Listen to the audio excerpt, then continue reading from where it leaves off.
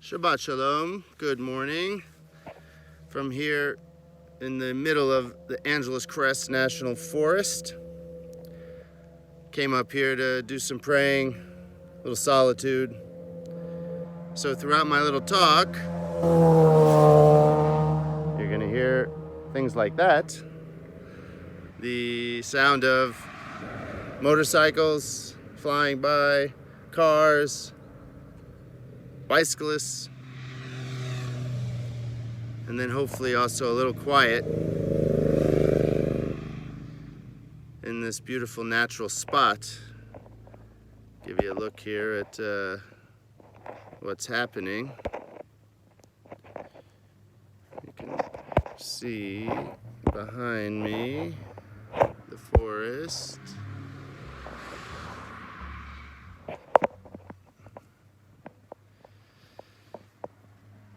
So I was thinking this morning, in the midst of our coronavirus pandemic, that when you come up here, it's almost as if you can forget what's going on down the mountain.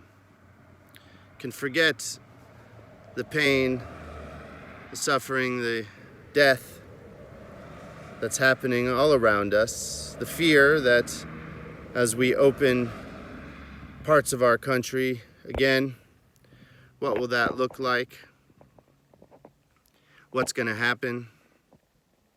Is it the right decision or not?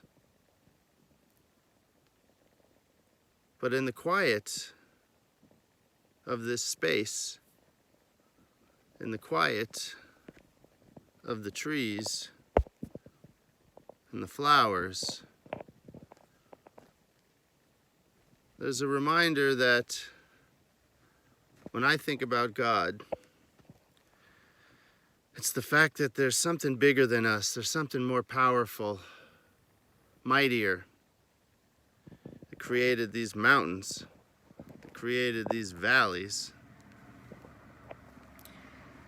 And we drive our cars and we cut roads through them, but ultimately we know the flick of a rock can start an avalanche and wipe us out if we're underneath it.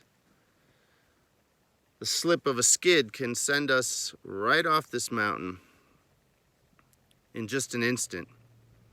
The invincibility we feel as humans. And I can tell you, little flies here are bothering me. But ultimately, we go down the mountain. And there's an understanding that when Moses went up the mountain, he could have stayed up there in peace and in quiet, communing with God at the top of the holy mountain. He could have left the people who were down at the bottom, afraid, scared and angry, fearful, resentful, build the calf, want to go back to Egypt. So God sent Moses back down the mountain because ultimately our people are meant to live in the messiness of the world, meant to live trying to make the world a better place. And in this pandemic time, it seems as though time is different. Days run together. Weeks have run together. But there's a piece in this week's Torah portion, which is Emor, that is one of the places that maps out our calendar of our holidays. Moadei, the seasons, the time that we're meant to mark. In addition, we're in the counting of the Omer, so we're marking it very precisely, day by day. But there's Shabbat There's the Chagim, the holidays, the festivals, the moments where we mark time.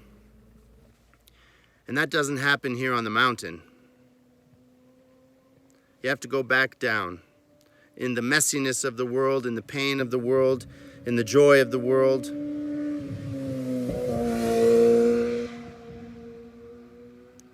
And try and mark time as best we can. And our calendar gives us that.